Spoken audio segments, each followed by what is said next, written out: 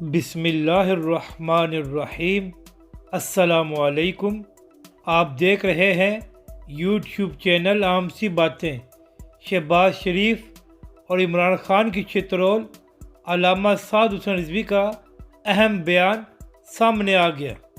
ناظرین کرام، جب سے عمران خان صاحب کی حکومت ختم ہوئی ہے اور شہباز شریف صاحب وزیر اعظم بنے ہیں تو کچھ لوگ سوشل میڈیا پر یہ تاثر دینے کی کوشش کر رہے تھے کہ تحریک لبیک پاکستان اور علامہ سعد حسین رضوی شہباز شریف کی حمایت کر رہے ہیں، اور خاص طور پر پی ٹی آئی کے لوگ تحریک لبیک کے خلاف پروپیگنڈا کر رہے تھے۔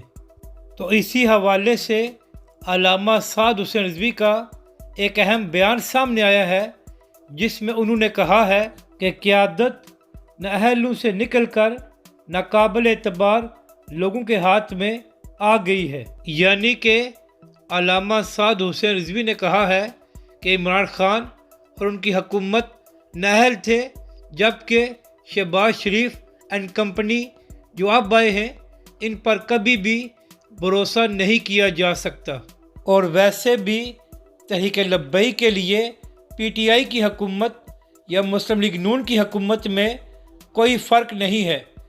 عمران خان صاحب نے ناموس رسالت کے معاملے پر وعدہ کر کے وعدہ خلافی کی تھی، جبکہ نواز شریف کی حکومت نے ختم نبوت کے حلف نامے میں تبدیلی کی تھی۔